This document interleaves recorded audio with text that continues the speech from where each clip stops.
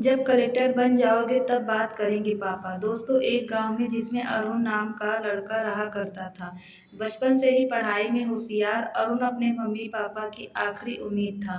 अरुण के दादा ने अपने समय में बहुत कर्ज ले लिया था, जिसको चुकाने में उसके पापा की पूरी जिंदगी मजदूरी में निकल गई। उनके पास थोड़ी सी जमीन थी जिससे उनका गुजारा हो रहा था। अरुण के पापा की तबीयत मजदूरी करने से खराब रहती थी, पर अरुण के पापा अरुण को इस बात का एहसास नहीं होने देते थे।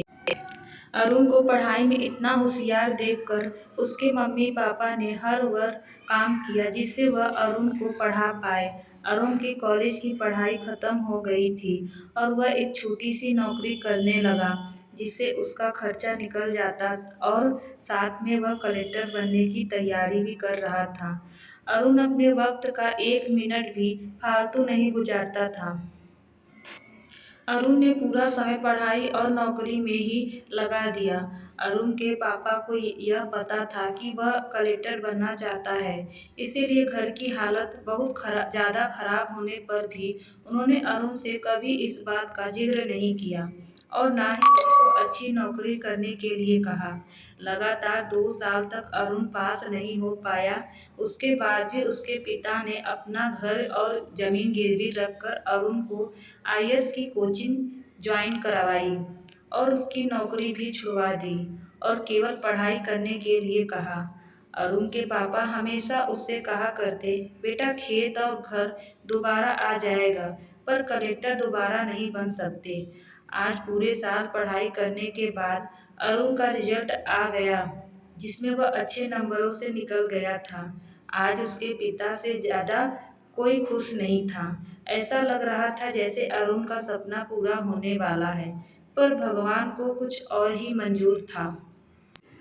अरुण का कल इंटरव्यू था और सुबह से उसके पापा की तबीयत खराब थी। अरुण के पापा उसकी माँ से बार बार कह रहे थे कि अरुण को मत बताना, और उस दिन देर रात उनकी मौत हो गई। अब एक माँ जिसकी गोद में जिसका पति गुजर गया और वह अपने दर्द को भुलाकर अपने बेटे की जिंदगी के बारे में सोच रही थी। माँ ने पड़ोसियों तक को इस बात का एहसास नहीं होने दिया कि उसका पति अब नहीं रहा।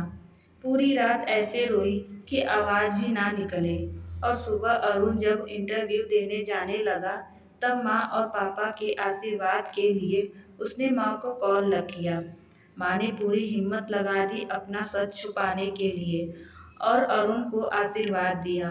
और जब अरुण ने पापा से बात करने को कहा तो माँ बोली, पापा अब तो तुमसे बात नहीं करेंगे, वह कलेक्टर से बात करेंगी। इतनी बात करके माँ ने फ़ोन रख दिया।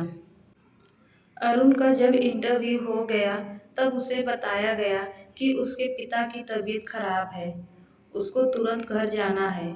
अरुण को एक पल नहीं लगा अपने पिता की हालत समझने में।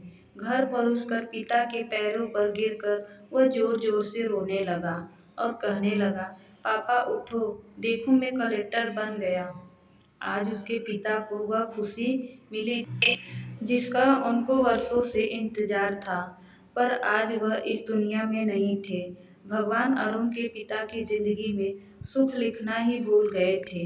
पहले वह अपने पिता के कर्ज में जिंदगी भर मजदूरी करते रहे और फिर बेटे के सपने में फिर घर और जमीन गिरवी रखनी पड़ी। वह जिंदगी में कर्ज लेकर आए और कर्ज लेकर चले गए। अरुण के पिता को भले ही जिंदगी में कुछ हासिल ना हुआ हो, पर वह अपने लड़के को इस काबिल बना गए कि वह अपने साथ पुश्तों के बैठे बैठे खिला पाए। अरुण की माँ ने जो उस रात किया, जिसको करने का जज्बा बहुत कम लोगों में होता है। जब अरुण कलेक्टर बनकर घर आया तब माँ ने अरुण से कहा, बेटा तुम आज इतने बड़े बन गए हो कि हजारों गरीबों का भला कर सकते हो।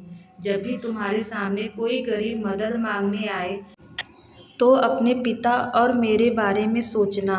मैं तुम्हारे बराबरी पढ़ी लिखी और समझदार तो नहीं हूँ, पर इतना ज़रूर जानती हूँ कि गरीब आदमी की बहुत मजबूरी होती है।